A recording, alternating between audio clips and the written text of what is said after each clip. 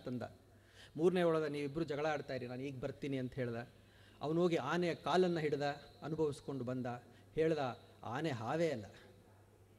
ಏನಯ್ಯ ನೀವು ಹೇಳ್ತಾ ಇರೋದು? ಆನೆ ಹಾವು, ಒಬ್ಬ ಹೆಬ್ಬಾವು ಅಂತಾನೆ, ಒಬ್ಬ ಹಸಿರು ಹಾವು ಅಂತಾನೆ. ಆನೆ ಹಾವೇ ಅಲ್ಲ, ಆನೆ ಒಂದು ಸ್ತಂಭ. ದೇವಸ್ಥಾನದಲ್ಲಿ ನಾವು ಪೂಜೆ ಆಗುವಾಗ ಹೊರಕ್ಕೋತೀವಲ್ಲ ಕಂಬ, ಸ್ತಂಭ, ಅದು ಕಣೋ ಆನೆ ಅಂದರೆ. ನಾಲ್ಕನೇ ಹೊಡೆದ ಕಟ್ಟೆ ಕಡೆ ನಾನೊಬ್ಬ ಇದ್ದೀನಿ, ಹೋಗಿ ಬಂದುಬಿಡ್ತೀನಿ ಅಂತಂದ. ಅವನು ಬಂದು ಆನೆಯ ಕಿವಿಯನ್ನು ಹಿಡ್ದ, ಕಿವಿಯನ್ನೆಲ್ಲ ನೋಡ್ಕೊಂಡು ಬಂದು ಹೇಳ್ದ, ನೀವು ಮೂರೂ ಜನ ತಪ್ಪು. ಆನೆ ಒಂದು ಮೊರ. ಏನು ಮೊರ ಅಂದರೆ, ಇಲ್ಲಿರ್ತಕ್ಕಂತಹ ಬಹುತೇಕ ಕಿರಿಯರಿಗೆ ಗೊತ್ತಿಲ್ಲದ ಪದ ಇದು.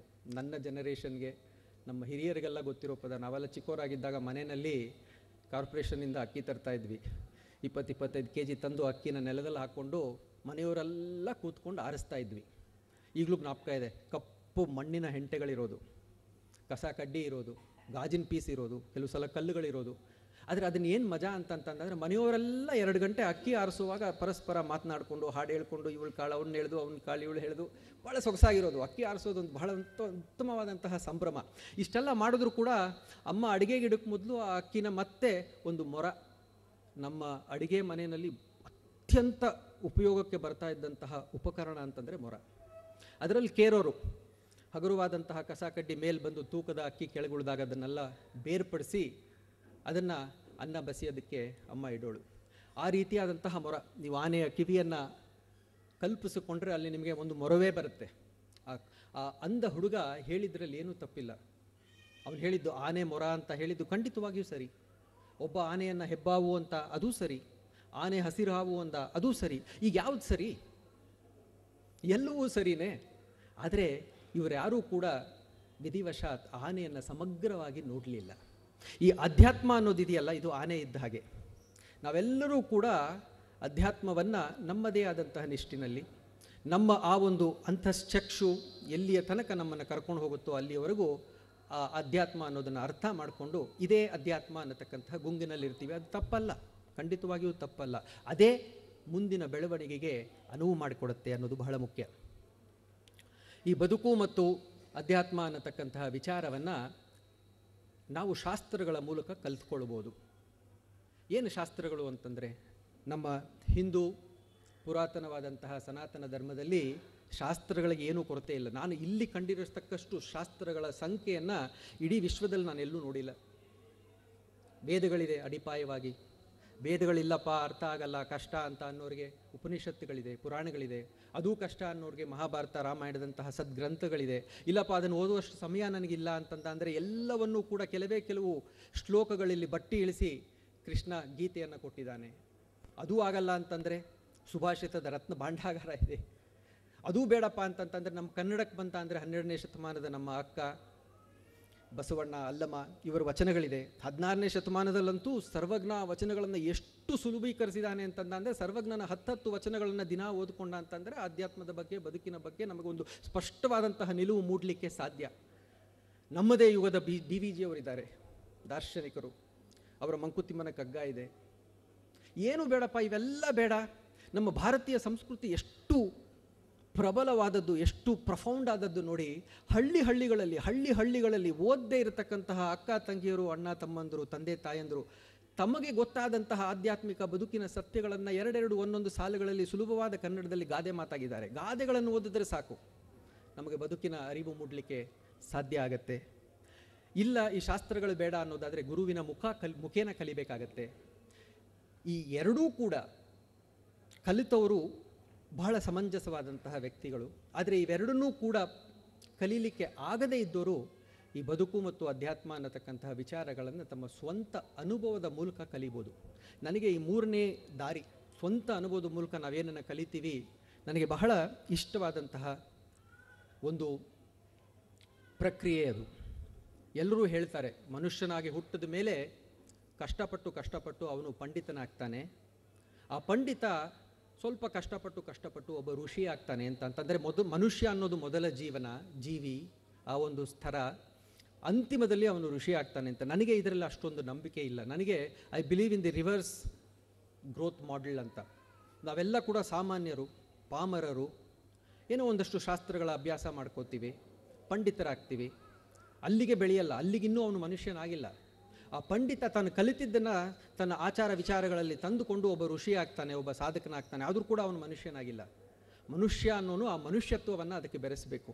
ತನ್ನ ಅನುಭವದಲ್ಲಿ ಈ ಓದಿದ್ದಂತಹ ಶಾಸ್ತ್ರಗಳನ್ನು ಹಾಗೂ ಕಂಡುಕೊಂಡಂತಹ ಸತ್ಯಗಳನ್ನು ತನ್ನ ಅನುಭವದ ಮೂಸೆಯಲ್ಲಿ ಇಟ್ಟುಕೊಂಡು ಬದುಕನ್ನು ನೋಡ್ತಕ್ಕಂತಹ ಒಂದು ದೃಷ್ಟಿಕೋನ, ಆ ಅನುಭವ, ಆ ಸ್ವಂತ ಅನುಭವ ಏನಿದೆ ಅದು ಬಹಳ ಮುಖ್ಯ ಅಂತ ನನಗನ್ಸುತ್ತೆ. ವಚನ ಸಾಹಿತ್ಯವದು ಕಗ್ಗಗಳ ಸಾಲುಗಳು, ಆಚಾರ್ಯರೆ ಮಗಿತ್ತ ನೀತಿ ಸೂಕ್ತಿಗಳು. ಆಚರಿಸಿದರೆ ಆಚರಿಸದಿರೆ ಅದನ್ನು ನಮಗೆ ದಕ್ಕುವುದೆಂತು, ಉಚ್ಚಾರವಷ್ಟೇ ಸಿರಿ ನವ್ಯ ಜೀವಿ. ಬದುಕಿಗೊಂದೆಚ್ಚರಿಕೆ ಕೊಡುವ ನುಡಿಮುತ್ತುಗಳೇ ವೇದದೊಳು ಗೀತೆಯೊಳು ವಚನ ಗ್ರಂಥದಳು. ಅದುವೇ ನಿನ್ನಯ ಸ್ವಂತ ಅನುಭವದಿ ಹೊಮ್ಮಿರಲು, ಬದುಕಿಗದೆ ಮಾದರಿಯು ನವ್ಯ ಜೀವಿ. ಸಾಕಷ್ಟು ಓದಿಕೊಂಡ್ರೆ ಬರೀ ನಮಗೆ ಉಚ್ಚಾರವಷ್ಟೇ ನಮಗೆ ಸಿಗತಕ್ಕಂತಹ ಫಲ. ಅದೇ ರೀತಿ ನಾವು ಓದ್ಕೊಂಡಿದ್ದೆಲ್ಲ ನಮಗೆ ಬದುಕಿಗೆ ಒಂದು ಎಚ್ಚರಿಕೆಯೇನೋ ಆಗುತ್ತೆ. ಅದು ನಮ್ಮ ಬದುಕಿಗೆ ಅದು ಮಾದರಿ ಆಗಬೇಕಾದ್ರೆ ಅದು ನಮ್ಮ ಸ್ವಂತ ಅನುಭವದಲ್ಲಿ ಈಸಬೇಕು, ನಮ್ಮ ಸ್ವಂತ ಅನುಭವದಲ್ಲಿ ಮೀಳಬೇಕು. ಕಂತೆಗಟ್ಟಲೆ ತಾಳೆ ಗರಿಗಳನ್ನು ಓದುತ್ತ ಮಂತಿಸಿದರಲ್ಲುಳಿವ ಸತ್ವ ಸಿರಿ ಎಷ್ಟು. ಸಂತೆಯೊಳು ನಿನ್ನೊಡನೆ ನೆರಳಾಗಿ ನಿಲ್ಲುವುದು, ಸ್ವಂತ ಅನುಭವ ಒಂದೇ ನವ್ಯ ಜೀವಿ. ಅದೆಷ್ಟು ಓದ್ಕೊಂಡ್ರೂ ಕೂಡ ಕಡೆಯಲ್ಲಿ ಆ ಒಂದು ಪ್ರಕ್ಷುಬ್ಧಗಳಿಗೆ, ಮ್ಯಾಟರ್ ಆಫ್ ಟ್ರೂತ್ ಅಂತಾರೆ, ಮೊಮೆಂಟ್ ಆಫ್ ಟ್ರೂತ್ ಅಂತ ಕರಿತೀವಿ ನಾವು ಮ್ಯಾನೇಜ್ಮೆಂಟ್ನಲ್ಲಿ. ಆ ಒಂದು ಪ್ರಕ್ಷುಬ್ಧ ಗಳಿಗೆಯಲ್ಲಿ ನಿನಗೆ ಸಹಾಯ ಆಗಬೇಕು ಅಂತಂತಂದರೆ ಆ ಸಂತೆಯಲ್ಲಿ ನೀನು ಒಬ್ಬಂಟಿಗನಾಗಿ ನಿಂತಾಗ ಅದು ನಿನ್ನ ಸ್ವಂತ ಅನುಭವ ಮಾತ್ರ. ಈ ಒಂದು ಅನುಭವವನ್ನು ಮುಂದಿಟ್ಟುಕೊಂಡು ಇನ್ನೊಂದು ಸ್ವಲ್ಪ ಹೊತ್ತು ಬದುಕು ಹಾಗೂ ಅಧ್ಯಾತ್ಮ ಅನ್ನುವುದನ್ನು ವಿಶ್ಲೇಷಣೆ ಮಾಡಬೇಕು ಅನ್ನೋದು ನನ್ನ ಆಸೆ. ನಾನು ಆಗಲೇ ಸುಮಾರು ತಿಳಿಸಿದ ಹಾಗೆ ಅದೃಷ್ಟಶಾಲಿ ಒಂದು ವಿಷಯದಲ್ಲಿ. ಏನಪ್ಪ ಅಂತಂತಂದರೆ, ನನ್ನ ಕೆಲಸದ ನಿಮಿತ್ತವಾಗಿ ಸುಮಾರು 50 ರಾಷ್ಟ್ರಗಳನ್ನು ಸುತ್ತು ಬಂದಿದ್ದೀನಿ, ಅಲ್ಲೆಲ್ಲ ವ್ಯವಹಾರ ಮಾಡಿ ಬಂದಿದ್ದೀನಿ. ಇದು ನಮ್ಮ ಮನೆಯವರಿಗೆ ಬಹಳ ಕಷ್ಟಕರವಾದಂತಹ ವಿಚಾರ. ಯಾಕೆಂದರೆ ಪ್ರತಿ ತಿಂಗಳು 10 ದಿನ 15 ದಿನ ಟೂರ್ನಲ್ಲೇ ಇರ್ತಾನವ ಅಂತ. ಆದರೆ ನನಗೆ ವೈಯಕ್ತಿಕವಾಗಿ ಇದರಿಂದ ಸುಮಾರು ಒಳಿತುಗಳೇ ಆಗಿದೆ. ನನ್ನ ಯಾವುದೇ ಪ್ರವಾಸ ಕೂಡ ಎಲ್ಲರ ಪ್ರವಾಸ ಇದ್ದ ಹಾಗೆ ಒಂದೇ 10, 15, 20 ದಿನ ಇರಲ್ಲ.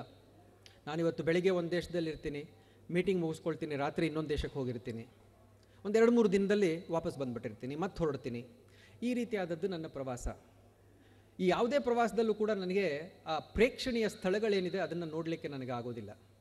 ನನಗೆ ಅದು ನನ್ನ ನಿಲುಕಿಗೆ ಮೀರಿದ್ದದು, ಆ ಸಮಯನೂ ನನಗಿರೋದಿಲ್ಲ. ವೈಯಕ್ತಿಕವಾಗಿ ನನಗೆ ಅದರ ಬಗ್ಗೆ ಅಷ್ಟಾಗಿ ಆಸೆನೂ ಇಲ್ಲ. ಅಮೇರಿಕಕ್ಕೆ ಹೋಗಬೇಕು, ನ್ಯೂಯಾರ್ಕ್ ಹೋಗಬೇಕು, ಎಂಪೈರ್ ಸ್ಟೇಟ್ ಬಿಲ್ಡಿಂಗ್ ನೋಡಬೇಕು, ಇಲ್ಲ, ನನಗೆ ಆಸೆ ಇಲ್ಲ ಅದು. ಅಮೇರಿಕಕ್ಕೆ ಹೋಗಿ ನ್ಯೂಯಾರ್ಕ್ಗೆ ಹೋದರೆ ಎಂಪೈರ್ ಸ್ಟೇಟ್ ಬಿಲ್ಡಿಂಗ್ ನೋಡದೇ ಇದ್ರೂ ಪರವಾಗಿಲ್ಲ, ಅಲ್ಲಿನ ಸಾಮಾನ್ಯರೆಲ್ಲ ಕೂಡ್ತಕ್ಕಂಥ ಒಂದು ರೆಸ್ಟೋರೆಂಟ್ನಲ್ಲಿ ಹೋಗಿ ಕಾಫಿ ಕುಡಿಬೇಕು, ಅದು ನನಗೆ ಬಹಳ ಇಷ್ಟ. ಅಲ್ಲಿನ ಜನರ ಪರಿಚಯ ಮಾಡ್ಕೊಬೇಕು, ಅವರವ್ರನ್ನ ಸಂವಾದ ಮಾಡಬೇಕು, ಅವ್ರು ಹೇಗೆ ಬದುಕ್ತಾ ಇದ್ದಾರೆ ಅನ್ನೋದನ್ನು ನೋಡ್ಕೋಬೇಕು, ಕಲಿಬೇಕು, ನಮ್ಮ ಒಳಿತುಗಳನ್ನು ಅವರಿಗೆ ತಿಳಿಸಿ ಹೇಳಬೇಕು. ಇದು ನನಗೆ ಬಹಳ ಇಷ್ಟವಾದಂತಹ ಒಂದು ಕ್ರಿಯೆ. ನಾನು ಪ್ರವಾಸ ನನಗೆ ಮಾಡಲಿಕ್ಕೆ ಅನುವಾಗಿದೆ ಅನ್ನೋದರಿಂದಲೇ ನಾನು ಅದೃಷ್ಟವಂತ ಅಂತ ಹೇಳ್ಕೊಳ್ಳಿಲ್ಲ. ಈ ರೀತಿಯಾದಂತಹ ಪ್ರವಾಸ ಮಾಡಲಿಕ್ಕೆ ನನ್ನ ಕೆಲಸ ನನಗೆ ಅವಕಾಶ ಕೊಟ್ಟಿದೆ ಅಂತ ಹೇಳಿ ನನ್ನ ಕೆಲಸವನ್ನು ನನಗೆ ದಯಪಾಲಿಸತಕ್ಕಂತಹ ತೇಜಸ್ ನೆಟ್ವರ್ಕ್ಸ್ಗೆ ಯಾವತ್ತೂ ಕೂಡ ನಾನು ಚಿರಋಣಿಯಾಗಿರ್ತೇನೆ. ಈ ರೀತಿ ನಾನು ಪ್ರವಾಸ ಮಾಡಿದಂತಹ ಅನೇಕ ರಾಷ್ಟ್ರಗಳಲ್ಲಿ ಕೆಲವು ರಾಷ್ಟ್ರಗಳನ್ನು ನಾನು ನಿಮಗೆ ಪರಿಚಯ ಮಾಡಿಕೊಡ್ಬೇಕು ಅಂತ. ಇದರಲ್ಲಿ ಒಂದು ದೇಶ ನನಗೆ ಬಹಳ ಇಷ್ಟವಾದಂತಹ ದೇಶ, ಫಿನ್ಲ್ಯಾಂಡ್. ಈ ಸ್ಕ್ಯಾಂಡಿನೇವಿಯನ್ ಒಕ್ಕೂಟ ಅಂತ ಏನು ಕರೀತಾರೆ, ಈ ಒಕ್ಕೂಟದ ಒಂದು ಅವಿಭಾಜ್ಯ ಅಂಗ ಫಿನ್ಲ್ಯಾಂಡ್ ದೇಶ. ಹೆಲ್ಸಿಂಕಿ ಅದರ ರಾಜಧಾನಿ. ಜಾಸ್ತಿ ಜನರಿಲ್ಲ, ಆದರೂ ಕೂಡ ಇರುವಷ್ಟು ಜನ ಬಹಳ ಸಂತಸದಲ್ಲಿ ಬದುಕ್ತಾ ಇದ್ದಾರೆ. ಈ ಫಿನ್ಲ್ಯಾಂಡ್ನ ಒಂದು ವಿಷಯ ನಾನು ನಿಮಗೆ ಹೇಳಬೇಕು. ಈ ಹೆಲ್ಸಿಂಕಿ ಅನ್ನೋ ನಗರವನ್ನು ಎ ಸಿಟಿ ಆಫ್ ಲೇಕ್ಸ್ ಅಂತ ಕೇಳ್ತಾರೆ, ಸಿಟಿ ಆಫ್ 1000 ಲೇಕ್ಸ್ ಅಂತ. ಅಂದರೆ 1000 ಕೊಳಗಳಿರತಕ್ಕಂತಹ ಜಾಗ ಹೆಲ್ಸಿಂಕಿ. ಅಲ್ಲಿ ನಿಜವಾಗಿಯೂ 1000 ಇದೆಯೋ ಅದೊಂದು ಉತ್ಪ್ರೇಕ್ಷೆ ಗೊತ್ತಿಲ್ಲ, ಅಂತೂ ಸಾಕಷ್ಟು ಕೊಳಗಳಿದೆ. ನೀವು ಹೆಲ್ಸಿಂಕಿಯಲ್ಲಿ ಓಡಾಡ್ತಾ ಇತ್ತು ಅಂತಂದರೆ ಅಲ್ಲಲ್ಲಲ್ಲಿ ನೀವು ಕೊಳಗಳನ್ನು ಕಾಣ್ತೀರಾ. ಹೆಲ್ಸಿಂಕಿಯನ್ನು ಬಿಟ್ಟು ಕಂಟ್ರಿ ಸೈಡ್ ಹಳ್ಳಿಗಳ ಕಡೆ ಹೋದ್ರಂತೂ ಕೊಳಗಳು. ನಾನೊಂದು 40-50 ಕೊಳಗಳನ್ನು ಕಂಡಿದ್ದೀನಿ. ವಾರಾಂತ್ಯದಲ್ಲಿ ಅಲ್ಲಿದ್ದ ಆ ಒಂದು ಅವಕಾಶವನ್ನು ಉಪಯೋಗಿಸಿಕೊಂಡು ಕೆಲವು ಕೊಳಗಳ ಬರಿ ಇರತಕ್ಕಂತಹ ವಾರಾಂತ್ಯದ ಮನೆಗಳಲ್ಲಿ ತಂಗಿದ್ದೀನಿ. ನಾನು ಇಷ್ಟು ಮಾತ್ರ ಬಹಳ ಧೈರ್ಯವಾಗಿ ನಿಮಗೆ ಹೇಳಬಲ್ಲೆ, ಯಾವುದೇ ಕೊಳಕ್ಕೆ ನೀವು ಯಾವುದೇ ಹೊತ್ತಿನಲ್ಲಿ ಕೈ ಹಾಕಿ ಬೊಗಸೆಯಲ್ಲಿ ನೀರನ್ನು ತಗೊಂಡು ಕುಡಿಬೋದು. ಅಷ್ಟು ಪರಿಶುದ್ಧವಾದಂತಹ ನೀರು ಪ್ರತಿಯೊಂದು ಕೊಳದಲ್ಲೂ ಇರುತ್ತೆ. ಕೊಳ ಅನ್ನೋದು ನಿಂತ ಮಡು, ಅದನ್ನು ಶುಭ್ರವಾಗಿ ಇಟ್ಕೊಳ್ಳೋದು ಬಹಳ ಕಷ್ಟ. ನಮ್ಮ ದೇಶದಲ್ಲಿ ನಾವೇನು ಮಾಡಿದ್ದೀವಿ, ಹರಿಯುವಂತಹ ಗಂಗೆ ಅಲ್ವಾ, ಗಂಗೋತ್ರಿಯಲ್ಲಿ ಜನನ ಮಾಡಿ ಹರ್ಕೊಂಡು ಬರ್ತಾಳೆ. ಸಾಗರವನ್ನು ಸೇರುವುದಕ್ಕೆ ಮೊದಲು ಅದೆಷ್ಟೋ ನೂರಾರು ಕಿಲೋಮೀಟರ್ಗಳವರೆಗೆ ಹರಿತಾಳೆ. ಈ ಹರಿತಾ ಇರತಕ್ಕಂತಹ ನೀರೇನಿದೆ, ಆ ನೀರನ್ನು ಕಲುಷಿತ ಮಾಡೋದಿದೆಯಲ್ಲ, ಬಹಳ ಕಷ್ಟ, ತುಂಬ ಕಷ್ಟವಾದಂತಹ ಕೆಲಸ. ನಾವದನ್ನು ಮಾಡಿದ್ದೀವಿ. ನಾವು ಅಂತಂದ್ರೆ ಏನು, ನೀರು ಅನ್ನೋದಕ್ಕೆ ಒಂದು ಪೂಜ್ಯನೀಯವಾದಂತಹ ಭಾವನೆಯನ್ನು ಅದರ ಜೊತೆ ಜೋಡಿಸಿದವರು ನಾವು ಸನಾತನೀಯರು. ಗಂಗೆ ಚ ಯಮುನೆ ಚೈವ ಗೋದಾವರಿ ಸರಸ್ವತಿ ನರ್ಮದೆ ಸಿಂಧು ಕಾವೇರಿ ಜಲಸ್ಮೀನ್ ಸನ್ನಿಧಿಂ ಕುರು ಅಂತ ಹೇಳಿ ಆ ನೀರನ್ನು ನಾವು ಅಷ್ಟೊಂದು ಪೂಜ್ಯವಾಗಿ ನೋಡ್ತೀವಿ. ಆದರೆ ಹರಿತಾ ಇರತಕ್ಕಂತಹ ಗಂಗೆಯನ್ನು ನಾವು ಇವತ್ತು ಸಂಪೂರ್ಣವಾಗಿ ಮಲಿನ ಮಾಡಿದ್ದೀವಿ. ಆದರೆ ಹೆಲ್ಸಿಂಕಿ ಅನ್ನೋ ಪಟ್ಟಣದಲ್ಲಿ ನಿಂತ ಮಡುವಾದಂತಹ ಕೊಳಗಳಲ್ಲೂ ಕೂಡ ನೀರನ್ನು ಅಷ್ಟೊಂದು ಶುಭ್ರವಾಗಿ ಇಟ್ಕೊಂಡಿದ್ದಾರೆ, ಪ್ರೀತಿಯಿಂದ ಕಾಣ್ತಾರೆ ಜನ. ಈ ನೀರಿನ ವಿಷಯ ಬಂದಾಗಲ್ಲ ನನಗನ್ಸುತ್ತೆ, ನಮಗಿಂತ ಫಿನ್ಲ್ಯಾಂಡಿನ ಜನ ಬಹಳ ಚೆನ್ನಾಗಿ ಬದುಕ್ತಾ ಇದ್ದಾರೆ ಅಂತ. ಸ್ವೀಡನ್ ಪಟ್ಟಣಕ್ಕೆ ಬನ್ನಿ, ಅಲ್ಲೇ ಹತ್ತಿರದಲ್ಲಿರ್ತಕ್ಕಂತಹ ಸ್ವೀಡನ್ ಪಟ್ಟಣ. ಅಲ್ಲೆಲ್ಲ ಬಹಳಷ್ಟು ಮನೆಗಳು ಸಮವಾದಂತಹ ನೆಲದಲ್ಲಿಲ್ಲ, ಸ್ವಲ್ಪ ಇಳಿಜಾರಾದಂತಹ, ಸ್ವಲ್ಪ ಬೆಟ್ಟಗುಡ್ಡಗಳು ಅಂಥ ಕಡೆಗಳಲ್ಲಿ ಮನೆಗಳಿವೆ. ಅಲ್ಲಿಗೆ ಇಳಿಜಾರಾದಂತಹ ರಸ್ತೆಗಳಿವೆ. ಆ ರಸ್ತೆಗಳಿಗೆ ಡಾಂಬರ ಹಾಕೋದು ಭಾಳ ಕಷ್ಟ. ಡಾಂಬರ ಅಂದರೆ ಟಾರ್, ಅದನ್ನು ಹಾಕೋದು ಭಾಳ ಕಷ್ಟ.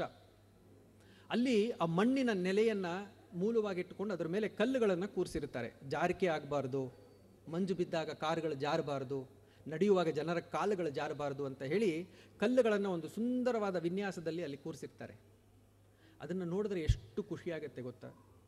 ಒಂದೊಂದು ಕಲ್ಲು ಕೂಡ ಅದೇ ಹೇಳು ಮಾಡಿಸಿದಷ್ಟು ಗಾತ್ರ, ಹೇಳು ಮಾಡಿಸಿದಷ್ಟು ದಪ್ಪ, ಅದೇ ಒಂದು ವಿನ್ಯಾಸ. ಮಧ್ಯದಲ್ಲಿ ದೊಡ್ಡ ಕಲ್ಲುಗಳು, ಆಚೆ ಬರ್ತಾ ಬರ್ತಾ ಬರ್ತಾ ಚಿಕ್ಕ ಕಲ್ಲುಗಳು ಒಂದು ಚಂದ್ರಾಕೃತಿಯಲ್ಲಿ ಇಟ್ಟಿರ್ತಾರೆ. ಅದನ್ನು ನೋಡಿದಾಗ ನನಗನ್ಸುತ್ತೆ ನಮ್ಮ ಬೆಂಗಳೂರಿನ ರೋಡ್ಗಳಿಗೆ ಜ್ಞಾಪಕ ಬರುತ್ತೆ, ಬಹಳ ಬೇಜಾರಾಗುತ್ತೆ. ಎಷ್ಟು ದಿನಗಳಾಯ್ತು ರೀ ಬೆಂಗಳೂರಿನಲ್ಲಿ ರೋಡ್ಗಳು ಕೆಟ್ಟು. ಕೆಲವು ರೋಡ್ಗಳಲ್ಲಿರ್ತಕ್ಕಂಥ ಹಳ್ಳಗಳಲ್ಲಿ ಸ್ಕೂಟ್ರ್ ಮೇಲೆ ಹೋದರೆ ಭಯ ಆಗುತ್ತೆ, ಮುಳುಗೋಗ್ಬಿಡ್ತೀವೇನೋ ಅಂತ. ನಮಗದ್ರ ಬಗ್ಗೆ ಪರಿವೇನೇ ಇಲ್ವಲ್ಲ. ಡಾಂಬರನ್ನು ಹಾಕಬಹುದು ನಮ್ಮ ರಸ್ತೆಗಳಿಗೆ, ಆದರೂ ಕೂಡ ನಮ್ಮ ರಸ್ತೆಗಳನ್ನು ಈ ಪಾಟಿ ಕೆಡಿಸಿಟ್ಟಿದ್ದೀವಿ. ಆದರೆ ಡಾಂಬರವನ್ನು ಹಾಕದೇ ಇರತಕ್ಕಂತಹ ಇಳಿಜಾರಾದಂತಹ ರಸ್ತೆಯಲ್ಲಿ ಕಲ್ಲುಗಳನ್ನು ಕೂರಿಸಿ ಎಷ್ಟು ಚಂದದಲ್ಲಿ ಸ್ವೀಡನ್ ಜನ ಇಟ್ಕೊಂಡಿದ್ದಾರೆ. ಈ ಒಂದು ರಸ್ತೆಗಳ ವಿಷಯದಲ್ಲಿ ನನಗನ್ಸುತ್ತೆ ಸ್ವೀಡನ್ ಜನ ಭಾರತೀಯರಿಗಿಂತ ತುಂಬ ಚೆನ್ನಾಗಿ ಬದುಕ್ತಾ ಇದ್ದಾರೆ. ಜರ್ಮನಿಗೆ ಬಂದ್ರಂತೂ ನನಗೆ ನಿಬ್ಬೆರಗಾಗೋಗುತ್ತೆ. ಜರ್ಮನಿಯನ್ನು ನಾನು ಅನೇಕ ಅಲ್ಲಿನ ಊರುಗಳನ್ನು ತಿಂಗಳಾಂಗಟ್ಟಲೆ ಕಂಡಿರೋದರಿಂದ ಹೇಳ್ತೀನಿ. ಮೊದಲನೇ ಸಲ ನಾನು ಜರ್ಮನಿಗೆ ಹೋದಾಗ ಒಂದು ಘಟನೆ ಆಯಿತು, 2 ಘಟನೆಗಳಾಯಿತು. ಮೊದಲನೇದೇನಪ್ಪ ಅಂತಂದರೆ, ಅಲ್ಲಿನ ಮ್ಯೂನಿಕ್ ಪಟ್ಟಣದಿಂದ ಕಾರಲ್ಲಿ ಶುರು ಹೇಗೆ ಹೋಗ್ತಾ ಇದ್ದೆ. ಸುಮಾರು 300-350 ಕಿಲೋಮೀಟ್ರ್ಗಳ ಅಂತರ ಟ್ರೈನಲ್ಲಿ ಹೋಗಬೇಕು. ಟ್ರೈನ್ಗೆ ಹೋಗಿ ಕುಳಿತುಕೊಳ್ತಿದ್ದಂಗೆ ಒಂದು ವೇಳಾಪಟ್ಟಿ ಕೈ ಕೊಟ್ಟರು. ಆ ವೇಳಾಪಟ್ಟಿನ ನೋಡ್ತಿದ್ದ ಹಾಗೆ ಗಾಬರಿ ಆಯ್ತು ನನಗೆ. ಟ್ರೈನು ಮ್ಯೂನಿಕ್ನ 12:12ಕ್ಕೆ ಬಿಡುತ್ತೆ ಅಂತ ಬರೆದಿದ್ದರು. ಅದು ಮುಂದಿನ ನಿಲ್ದಾಣಕ್ಕೆ 12:36ಕ್ಕೆ ಹೋಗುತ್ತೆ, ಅಲ್ಲಿ 12:39ಕ್ಕೆ ಹೊರಡುತ್ತೆ. ಅಲ್ಲಿನ ಮುಂದಿನ ಸ್ಟೇಷನ್ನು 12:47ಕ್ಕೆ ಸಿಗುತ್ತೆ. ನನಗೆ ಗಾಬರಿ ಆಯಿತು, ಏನಪ್ಪ ಇದು, ನಾನು ಬಂದಿರೋ ದೇಶದಲ್ಲಿ 1 ಗಂಟೆ ಅಂದರೆ ಸುಮಾರು 2 ಗಂಟೆ, ಆ ಕಡೆ ಈ ಕಡೆ 1 ಗಂಟೆ ಹೆಚ್ಚು ಕಡಿಮೆ ಮಾಡ್ತೀವಿ. ಇವರು 12:12, 12:47, 12:36 ಅಂತ ಬರೀತಾ ಇದ್ದಾರಲ್ಲ ಅಂಥೇಳಿ ಅದು ಹೊರಡಕ್ಕೆ ಸರಿಯಾಗಿ ನನ್ನ ವಾಚನ 12:12ಕ್ಕೆ ಇಟ್ಕೊಂಡೆ. 12:36 ಕರೆಕ್ಟು ಅದೇ ಸಮಯಕ್ಕೆ ಮುಂದಿನ ನಿಲ್ದಾಣಕ್ಕೆ ಬಂತು. 12:39ಕ್ಕೆ ಸರಿಯಾಗಿ ಆ ಟ್ರೈನ್ ಅಲ್ಲಿಂದ ಹೊರಡ್ತು. ಸಮಯ ಅನ್ನೋದಕ್ಕೆ ಅಷ್ಟೊಂದು ಮೌಲಿಕವಾದಂತಹ, ತೂಕವಾದಂತಹ ಒಂದು ಮೌಲ್ಯವನ್ನು ಜರ್ಮನಿಯವರು ಕೊಟ್ಟಿದ್ದಾರೆ. ಒಂದು ದಿನ ನಾನು ನಮ್ಮ ಸ್ನೇಹಿತನ ಮನೆಯಲ್ಲಿ ಊಟ ಎಲ್ಲ ಮುಗಿಸಿ, ಒಂದು ಔತಣ ಕೂಟ ಇತ್ತು, ಮುಗಿಸಿ ಸುಮಾರು 1:15 ಗಂಟೆಗೆ ಬಂದೆ. ನಾನು ಅಲ್ಲಿ ಸೀಮನ್ಸಲ್ಲಿ ಕೆಲಸ ಮಾಡ್ತಿದ್ದಂತಹ ದಿನ, ಸೀಮನ್ಸ್ ಗೆಸ್ಟ್ ಹೌಸ್ನಲ್ಲಿ ಉಳ್ಕೊಂಡಿದ್ದೆ. ಅವ್ನು ಹೇಳ್ದ, ನಿನಗೇನು ಟ್ಯಾಕ್ಸಿ ಎಲ್ಲ ತೊಗೊಳ್ಳೇಬೇಡ, ಅಲ್ಲಿ ಬಸ್ ಸ್ಟಾಪ್ ಇದೆ ನೋಡಿ, ಕಾಣ್ತಾ ಇದೆ, ಅಲ್ಲೋಗಿ ನಿಂತ್ಕೋ, ಬಸ್ ಬರುತ್ತೆ ಅಂದ. ಬಂದೆ. ಇಡೀ ರಸ್ತೆಯಲ್ಲಿ ಒಬ್ಬನೇ ಒಬ್ಬ ಇಲ್ಲ, ಯಾವುದೇ ಒಬ್ಬ ಜನರಿಲ್ಲ ರಸ್ತೆಯಲ್ಲಿ. ಬೆಳಗ್ಗೆ 1:15 ಗಂಟೆಗೆ ಬಂದೆ. ಅಲ್ಲಿರತಕ್ಕಂತಹ ವೇಳಾಪಟ್ಟಿ ನೋಡಿದೆ, ನಮ್ಮ ಗೆಸ್ಟ್ ಹೌಸ್ ಕಡೆ ಹೋಗತಕ್ಕಂತಹ ಬಸ್ಸು 1:42ಕ್ಕೆ ಅಂತ ಬರೆದಿತ್ತು. 15 ನಿಮಿಷ ಕಾದು ಕೂತ್ಕೊಂಡೆ. ಒಳಗಡೆ ಭಯ ಬೇರೆ ನನಗೆ, ಬಸ್ ಬರೆದಿದ್ರೆ ಏನು ಮಾಡೋದು, ಟ್ಯಾಕ್ಸಿ ಅಂತೂ ಇಲ್ಲ. ನಮ್ಮ ಸ್ನೇಹಿತರು ನನ್ನನ್ನು ಕಳಿಸಿ ಸುಸ್ತಾಗಿದೆ ಅಂತ ಮಲಗಿಬಿಟ್ಟಿರ್ತಾರೆ. ಬಹಳ ಹೆದರ್ಕೊಂಡು ನಿಂತಿದ್ದೆ. ಸುಮಾರು 2 ನಿಮಿಷ ಇರ್ಬೋದು, ದೂರದಲ್ಲಿ ಬಸ್ ಬರೋದು ಕಾಣ್ತು. ಆ ಬಸ್ಗೂ ನನಗೂ ಮಧ್ಯದಲ್ಲಿ ಸಿಗ್ನಲ್ ಲೈಟ್ಸ್ ಇದೆ. ಆ ಬಸ್ಸಲ್ಲಿ ಬರ್ತಿದ್ದಂಗೆ ಆ ಸಿಗ್ನಲ್ ಲೈಟ್ಸ್ ಕೆಂಪಾಯಿತು. ಅವನು ಬಸ್ ನಿಲ್ಲಿಸ್ದ. ಸ್ವಾಮಿ, ರಸ್ತೆಯಲ್ಲಿ ಯಾರೂ ಇಲ್ಲ, ಆ ಎರಡೂ ರಸ್ತೆಯಲ್ಲಿ, ಆ 4 ರಸ್ತೆಗಳು ಸೇರ್ತಕ್ಕಂತಹ ಸರ್ಕಲ್ನಲ್ಲಿ ಒಂದೇ ಒಂದು ವೆಹಿಕಲ್ ಇಲ್ಲ, ಯಾರೂ ಓಡಾಡ್ತಾ ಇಲ್ಲ. ಆದರೂ ಕೆಂಪನ್ನು ನೋಡಿ ಆ ಡ್ರೈವರ್ ಆ ಬಸ್ಸನ್ನೆಲ್ಲ ನಿಲ್ಲಿಸ್ದ. ಸುಮಾರು ಅರ್ಧ ನಿಮಿಷದವರೆಗೆ ತಾಳ್ಮೆಯಿಂದ ನಿಲ್ಲಿಸಿದ್ದ. ಹಸಿರಾದಾಗ ಮುಂದೆ ಬಂದ. ಅಲ್ಲಿ ಕಂಡಕ್ಟರ್ಗಳಿರಲ್ಲ ಬಸ್ಸಲ್ಲಿ. ನಾನು ಡ್ರೈವರಿಗೆ ಚೀಟಿ ಕೊಟ್ಟು ನನ್ನ ಸೀಟ್ನಲ್ಲಿ ಕೂತಾಗ ಕರೆಕ್ಟ್ ಟೈಮ್, 1 ನಿಮಿಷ, ಒಂದು ಕ್ಷಣ ಆ ಕಡೆ ಈ ಕಡೆ ಇಲ್ಲ. ಸಮಯ ಅನ್ನೋ ಒಂದು ವಿಷಯ ಭಾರತೀಯರಿಗೆ ಬಹಳ ಚೆನ್ನಾಗಿ ಗೊತ್ತು. ಎಷ್ಟೇ ಸ್ಥಿತಿವಂತರಾದರೂ ಕೂಡ ಯಾವುದಾದ್ರೂ ಒಂದೇ ಒಂದು ವಿಷಯವನ್ನು ನಾವು ಮರಳಿ ಪಡೆಯಲಿಕ್ಕೆ ಸಾಧ್ಯ ಇಲ್ಲ ಅನ್ನೋದಾದರೆ ಅದು ಸಮಯ. ಕಳೆದು ಹೋದ ಸಮಯವನ್ನು ಅಂಬಾನಿ ಕೂಡ ತನ್ನ ಇಡೀ ಐಶ್ವರ್ಯನ ಬರೆದುಕೊಟ್ಟರೂ ಸಿಗಲ್ಲ. ಅಂತಹ ಒಂದು ಸಮಯ, ಆ ಮಹತ್ವ ನಮಗೆ ಗೊತ್ತಿದ್ದರೂ ಕೂಡ ಅದನ್ನು ಆ ಒಂದು ಪೂಜ್ಯನೀಯವಾದಂತಹ ಸ್ತರದಲ್ಲಿ ತೆಗೆದುಕೊಂಡು ಹೋಗಿ ನಿಲ್ಲಿಸಿರೋದು ಜರ್ಮನಿಯರು. ಈ ವಿಷಯದಲ್ಲಿ ಜರ್ಮನರು ನಮಗಿಂತ ತುಂಬ ಚೆನ್ನಾಗಿ ಬದುಕ್ತಿದ್ದಾರೆ ಅಂತ ಅನಿಸುತ್ತೆ. ಸಿಂಗಪೂರ್ಗೆ ಬನ್ನಿ, ಪುಟ್ಟ ದೇಶ, ಆದರೂ ಕೂಡ it's a best of both worlds. Europe, America ಈ ದೇಶಗಳಲ್ಲಿರತಕ್ಕಂತಹ ಆ ಒಂದು ಬೆಳವಣಿಗೆ ಜೊತೆಗೆ ನಮ್ಮ ದೇಶದಲ್ಲಿರ್ತಕ್ಕಂತಹ ಒಂದು ಮಾನವೀಯತೆ, ಇವೆರಡೂ ಕೂಡ ಬೆರೆತು ಆಗಿರತಕ್ಕಂತಹ ದೇಶ ಸಿಂಗಪೂರ. ಇಲ್ಲಿನ ಒಂದು ವಿಷಯ ನಾನು ನಿಮಗೆ ಹೇಳಲೇಬೇಕು. ಸಿಂಗಪೂರ್ನಲ್ಲಿ ಮಂತ್ರಿಗಳಾಗ್ತಾರಲ್ಲ ಜನಪ್ರತಿನಿಧಿಗಳು, ಅವರಿಗೆ ಸಂಬಳ ಕೊಡೋಕ್ಕೆ ಅಂತ ಹೇಳಿ ಪ್ರತಿ ವರ್ಷ ಸರ್ಕಾರನೇ ಒಂದು ಸರ್ವೆ ಮಾಡುತ್ತೆ, ಸ್ಯಾಲರಿ ಸರ್ವೆ ಅಂತ ಮಾಡ್ತಾರೆ. ಮಾಡಿದಾಗ ಸಿಂಗಪೂರಿನಲ್ಲಿ ಯಾವ 5 ಜನಗಳಿಗೆ ಖಾಸಗಿ ಕಂಪನಿಗಳನ್ನು ಕೂಡಿಸ್ಕೊಂಡು, ಅಂದರೆ ಪ್ರೈವೇಟ್ ಕಂಪನಿನಲ್ಲಿ CEO, ಮ್ಯಾನೇಜಿಂಗ್ ಡೈರೆಕ್ಟರು, ಚೇರ್ಮನ್ ಆಗಿರುವಂತಹವರಲ್ಲಿ ಯಾವ 5 ಜನಕ್ಕೆ ಅತಿಯಾಗಿ ಹೆಚ್ಚಿನ ಸಂಬಳ ಸಿಗ್ತಾ ಇದೆ ಅನ್ನೋದನ್ನು ಆ ಸರ್ವೆ ಮೂಲಕ ಕಂಡುಕೊಂಡು ಆ ಸಂಬಳಕ್ಕೆ ಸರಿತೂಕವಾದಂತಹ ಸಂಬಳವನ್ನು ತಮ್ಮ ಮಂತ್ರಿಗಳಿಗೆ ಪ್ರತಿ ವರ್ಷ ಕೊಡ್ತಾರೆ. ಹಲವಾರು hundreds and thousands of dollars is paid as salary for the ministers. ಅಷ್ಟೊಂದು ಸ್ಯಾಲರಿಯನ್ನು ತೆಗೆದುಕೊಂಡ ನಂತರ ಅವರು ಮಿನಿಸ್ಟರ್ಸ್ ನಡೆಸ್ತಕ್ಕಂತಹ ಆಡಳಿತ ಇದೆಯಲ್ಲ, ಅದು ಮುಖ್ಯ. ಸಂಬಳ ಕೊಡ್ತಾರೆ ಅಂತಲ್ಲ, ಯಾಕ್ರಿ ಅವ್ರಿಗೆ ಅಷ್ಟೊಂದು ಸಂಬಳ? ನಾವು ಕೇಳ್ತೀವಿ, ನಮ್ಮ ಮಂತ್ರಿಗಳೆಲ್ಲ ಸಂಬಳ ಬೇಕು ಅಂದಾಗೆಲ್ಲ ಕೇಳ್ತೀವಿ, ನಿಮ್ಗೆ ಯಾಕ್ರಿ ಗಿಂಬಳ ಇದೆಯಲ್ಲ ಅಂತ. ಅವರಿಗೆ ಸಂಬಳ, ಅಷ್ಟೊಂದು ಸಂಬಳ ಕೊಟ್ಟ ನಂತರ ಅವರು ಆಡಳಿತದಲ್ಲಿ ಎಂಥ ಒಂದು ಶಿಸ್ತನ್ನು ತರ್ತಾರೆ, ಎಂಥ ಒಂದು ಎಫಿಷಿಯನ್ಸಿನ ತರ್ತಾರೆ. ಒಂದೇ ಒಂದು ಸಣ್ಣ ವಿಷಯ ಹೇಳ್ತೀನಿ. ನಾನು ಸಿಂಗಪೂರ್ನಲ್ಲಿ ಒಂದು ಸಲ ಇದ್ದಾಗ ಆರ್ಚರ್ಡ್ ರೋಡ್ ಅಂತ ಇದೆ, ಆರ್ಚರ್ಡ್ ರೋಡ್ನಲ್ಲಿ ಬೆಳಿಗ್ಗೆ ನಡ್ಕೊಂಡು ಬರ್ತಾ ಇದ್ದೆ. ಪಕ್ಕದಲ್ಲೇ ರಸ್ತೆ ಪಕ್ಕದಲ್ಲೇ ನಡೆಯೋಕ್ಕೆ ಅಂತ ಹೇಳಿ ಒಂದು ಕಾಲು ದಾರಿ ಮಾಡಿದ್ದಾರೆ. ಒಂದು ತಿರುವಿದೆ. ಆ ತಿರುವು ಹತ್ತಿರ ಬಂದಾಗ ಒಂದು ಗಿಡ, ಅದರ ಕೆಲವು ಮುಳ್ಳು ಇರತಕ್ಕಂತಹ ಬಳ್ಳಿಗಳು ರಸ್ತೆಗೆ ಬಂದಿದೆ. ಅಲ್ಲಿಂದ ತಿರುವಿನಲ್ಲಿ ಕಾರ್ನಲ್ಲಿ ಬಂದರೆ ಅವ್ರಿಗೇನು ತೊಂದರೆ ಆಗಲ್ಲ, ಆದರೆ ಆ ತಿರುವಿನಲ್ಲಿ ನಾವು ನಡ್ಕೊಂಡು ಬಂದಾಗ ಇದು ನಮಗೆ ಅಡ್ಡ ಆಗುತ್ತೆ. ಯಾರಾದರೂ ತಿರುವಿಗೆ ತಕ್ಷಣ ಬಂದು ಅದನ್ನು ನೋಡಿ ಯೋಚನೆ ಮಾಡದೆ ರೋಡಿಗೆ ಏನಾದರೂ ಕಾಲಿಟ್ಟ ಅಂದರೆ ಹಿಂದೆ ಬರ್ತಕ್ಕಂತಹ ಕಾರಿಂದ ಬಹಳ ದೊಡ್ಡ ಅಪಘಾತ ಆಗಲಿಕ್ಕೆ ಸಾಧ್ಯ ಇದೆ. ನಾನು ಇದನ್ನು ನೋಡಿದೆ, ಈ ಕಡೆಗೆ ಬಂದು ಅಲ್ಲಿ ನೋಡಿದೆ, ಒಬ್ಬ ಪೊಲೀಸ್ನವನಿದ್ದ. ಅವನ ಹತ್ರ ಹೋಗಿ ಹೇಳಿದೆ, ನೋಡಪ್ಪ ಈ ಥರ ಆಗಿದೆ, I think it's looks extremely dangerous, I think you should take care of it ಅಂದ. ಭಾಳ ಥ್ಯಾಂಕ್ಸ್ ಹೇಳ್ದೆ. Thank you, I will take care of it ಅಂದ. ಮರುದಿನ ನಾನು ಬೆಳಿಗ್ಗೆ ಬಂದಾಗ ಆ ಗಿಡ ಸಂಪೂರ್ಣವಾಗಿ ಟ್ರಿಮ್ ಆಗಿತ್ತು. ನಮ್ಮಲ್ಲಿ ಕಳ್ಳತನ ಆಗ್ತಾ ಇದೆ ಅಂತ ನೀವು ಟ್ರಾಫಿಕ್ ಪೊಲೀಸ್ನವ್ರಿಗೆ ಹೇಳಿದ್ರೆ ಅವ್ರು ಹೇಳ್ತಾರೆ, ನಮಗೂ ಅದಕ್ಕೂ ಸಂಬಂಧ ಇಲ್ಲರಿ, ಕಾಕಿ ಬಟ್ಟೆಯವರು ಅವ್ರು ಬರ್ತಾರೆ ಅಂತಾರೆ. ನಾವು ಟ್ರಾಫಿಕ್ ಪೊಲೀಸ್ ನೋಡ್ಕೊಂಡ್ರಿ, ಅದಕ್ಕೂ ಇದಕ್ಕೂ ನಮಗೂ ಸಂಬಂಧ ಇಲ್ಲ. ನೀವು ಕಾಕಿ ಬಟ್ಟೆಯವ್ರಿಗೆ ಹೋಗಿ ಇನ್ನೇನಾದರೂ ಹೇಳಿ, ಅಯ್ಯೋ ಅದು ನಮಗೆ ಗೊತ್ತಿಲ್ಲರಿ ಅಲ್ವಾ, 102 ಫೋನ್ ಮಾಡಿ ಅಂತಾರೆ ಅಲ್ವಾ. ನಾನು ಹೀಯಾಳಿಸಿ ನಾನು ಮಾತನಾಡ್ತಾ ಇಲ್ಲ. ಆದರೆ ಈ ದೇಶಗಳಲ್ಲಿ ಪರಂಪರೆ ನಮ್ಮಷ್ಟು ಇಲ್ಲದೇ ಇರೋರು, ಶಾಸ್ತ್ರಗಳು ನಮ್ಮಷ್ಟು ಇಲ್ಲದೇ ಇರೋರು ಕೂಡ ಕೆಲವು ವಿಷಯಗಳಲ್ಲಿ ನಮಗಿಂತ ಎಷ್ಟು ಚಂದದಲ್ಲಿ ಬದುಕ್ತಾ ಇದ್ದಾರೆ ಅನ್ನೋದನ್ನು ಕಂಡು ಭಾವಪೂರ್ವಕವಾಗಿ ನಾನು ಈ ಮಾತುಗಳನ್ನು ಆಡ್ತಾ ಇದ್ದೀನಷ್ಟೇ. ಸಿಂಗಪೂರ್ ಬಿಡಿ, ನಾರ್ವೆಗೆ ಬನ್ನಿ. ನಾರ್ವೆಗೆ ಬಂದರಂತೂ ನಾನು ಕಂಡಿರತಕ್ಕಂತಹ ಒಂದು ಅದ್ಭುತವಾದ ಚಿತ್ರಣ ನಾರ್ವೆನಲ್ಲಿ ಸಿಗುತ್ತೆ. ಈ ನಾರ್ವೆ ದೇಶದ ಆಸ್ಲೋ ಅನ್ನೋ ಪಟ್ಟಣದಲ್ಲಿ ನಾನಿದ್ದೆ. ಆ ಪಟ್ಟಣದಲ್ಲಿ ಒಂದಿನ ನಡ್ಕೊಂಡು ಹೋಗ್ತಾ ಇದ್ದೆ. ನನ್ನ ಮುಂದೆನೇ ಒಂದು ಕಾರ್ ಹೋಯಿತು, ಓಪನ್ ಕಾರ್ ಅದು. ನನ್ನಿಂದ ಒಂದು 100 ಅಡಿ ಹೋಗಿ ರಸ್ತೆಯ ಪಕ್ಕದಲ್ಲಿ ನಿಲ್ಲಿಸ್ತು ಆ ಕಾರು. ಆ ಕಾರ್ನಿಂದ ಇಳಿದಂತಹ ಡ್ರೈವರ್ ಏನು ಮಾಡ್ದ ಅಂತಂದ ಅಂದರೆ, ಆ ಕಾರ್ನಲ್ಲಿದ್ದಂತಹ ಕೆಲವು ಬುಟ್ಟಿಗಳನ್ನು ತಂದ, ಒಂದು ಟೇಬಲ್ನ ತೆಗೆದ, ಆ ರಸ್ತೆ ಪಕ್ಕದಲ್ಲಿ ಆ ಟೇಬಲ್ನ ಹಾಸ್ದ. ಅಲ್ಲಿ ಆ ಬುಟ್ಟಿಗಳನ್ನೆಲ್ಲ ಇಟ್ಟ. ಆ ಬುಟ್ಟಿಗಳು ತುಂಬ ತರಕಾರಿ ಇದ್ವು. ಅವನೊಬ್ಬ ರೈತ, ತಾನು ಬೆಳೆದಂಥ ತರಕಾರಿ ಬುಟ್ಟಿಗಳನ್ನೆಲ್ಲ ಅಲ್ಲಿಟ್ಟ. ಒಂದು ವೇಯಿಂಗ್ ಸ್ಕೇಲ್ ಇಟ್ಟ, ಅಲ್ಲೊಂದು ಪೆಟ್ಟಿಗೆ ಇಟ್ಟ, ಹಣದ ಪೆಟ್ಟಿಗೆ. ಕಾರಲ್ಲಿ ಕೂತು ಹೊರಟುಬಿಟ್ಟ. ನನಗೆ ಗಾಬರಿ ಆಯಿತು, ಏನಿದು, ನೋಡೋಣ ಯಾರು ಬರ್ತಾರೇನೋ ಅಂಥೇಳಿ ಅವತ್ತು ನನ್ನ ವಾಕಿಂಗ್ ಮಾಡೋದು ಬೇಡ ಅಂತ ಹೇಳಿ ಅಲ್ಲೇ ಮರೆಯಲ್ಲಿ ನಿಂತ್ಕೊಂಡು ಕಾಯ್ತಾ ಇದ್ದೆ. ಆಮೇಲೆ ಒಂದು 10-15 ನಿಮಿಷ ಆದಮೇಲೆ ಇನ್ನೊಬ್ಬರು ಕಾರಲ್ಲಿ ಬಂದರು. ಅವ್ರು ಹೋದರು, ಅದನ್ನೆಲ್ಲ ನೋಡಿದ್ರು, ತಮಗೆ ಬೇಕಾದಂತಹ ತರಕಾರಿಗಳನ್ನು ಆಯಿಸ್ಕೊಂಡ್ರು, ಅದನ್ನು ವೇಯ್ ಮಾಡಿಕೊಂಡ್ರು. ಒಂದು ಸ್ಲಿಪ್ಪಲ್ಲಿ ಇಟ್ಟಿರ್ತಾರೆ, ಅದರಲ್ಲಿ ಬರ್ಕೊಂಡ್ರು ಯಾವ್ಯಾವ್ದು ಎಷ್ಟೆಷ್ಟಾಯಿತು ಅಂತ ಮೊತ್ತ ಹಾಕಿದ್ರು. ಆ ಪೆಟ್ಟಿಗೆಯನ್ನು ತೆಗೆದ್ರು, ತಮ್ಮ ಜೋಬಿಂದ ಹಣನ ಅದರಲ್ಲಿ ಹಾಕಿ ಬೇಕಾದಷ್ಟು ಚಿಲ್ಲರೆಯನ್ನು ತೊಗೊಂಡು ಆ ಪೆಟ್ಟಿಗೆಯನ್ನು ಮುಚ್ಚಿ ಹೊರಟು ಬಿಟ್ಟರು. ಇದನ್ನು ನಾರ್ವೆ ಜನ ಪ್ರಾಮಾಣಿಕ ಪೆಟ್ಟಿಗೆ ಅಂತ ಕರೀತಾರೆ, ಆನೆಸ್ಟಿ ಬಾಕ್ಸ್ ಅಂತ. ನೀವು ಯೋಚನೆ ಮಾಡಿ ನೋಡಿ, ಈ ರೀತಿಯಾದಂತಹ ಒಂದು ಕಾರ್ಯಕ್ರಮವನ್ನು ನಾವು ನಮ್ಮ ದೇಶದಲ್ಲಿ ಹಮ್ಮಿಕೊಳ್ಳಲಿಕ್ಕೆ ಸಾಧ್ಯ ಇದೆಯಾ? ಯಾರಾದರೂ ರೈತರು ತಾವು ಬೆಳೆದದ್ದನ್ನು ದಾರಿ ಪಕ್ಕದಲ್ಲಿ ಬಂದು ಇಟ್ಟು, ಪ್ರಾಮಾಣಿಕವಾದಂತಹ ಪೆಟ್ಟಿಗೆಯನ್ನು ಇಟ್ಟು, ನೀವೇ ನಿಮ್ಗೇನು ಬೇಕೋ ಅದನ್ನು ಆದ್ಕೊಂಡು ನೀವೇ ಕ್ಯಾಲ್ಕುಲೇಟ್ ಮಾಡಿಕೊಂಡು ಹಣವನ್ನು ಸರಿಯಾಗಿ ಪಾವತಿಸಿ ಅಂದರೆ ಏನಾಗ್ಬೋದು? ತರಕಾರಿ, ಹಣದ ಪೆಟ್ಟಿಗೆ, ಟೇಬಲ್ಲು ಎಲ್ಲವೂ ಮಾಯವಾಗತ್ತೆ ಅಲ್ವಾ? ಪ್ರಾಮಾಣಿಕೆ ಅನ್ನೋದನ್ನು ಆ ಸ್ತರಕ್ಕೆ ನಾರ್ವೆಯವರು ಕೊಂಡೊಯ್ದಿದ್ದಾರೆ. ನಾವು ಆ ಸ್ತರದಲ್ಲಿ ಇಲ್ಲವಲ್ಲ ಅಂತ ನಮಗೆ ಬೇಜಾರಾಗುತ್ತೆ. ಈ ಒಂದು ವಿಷಯದಲ್ಲಂತೂ ನಾರ್ವೆ ಜನ ಬಹಳ ಚೆನ್ನಾಗಿ ಬದುಕ್ತಾ ಇದ್ದಾರೆ. ನನಗೆ ಇಲ್ಲೊಂದು ತಮಾಷೆ ವಿಷಯ.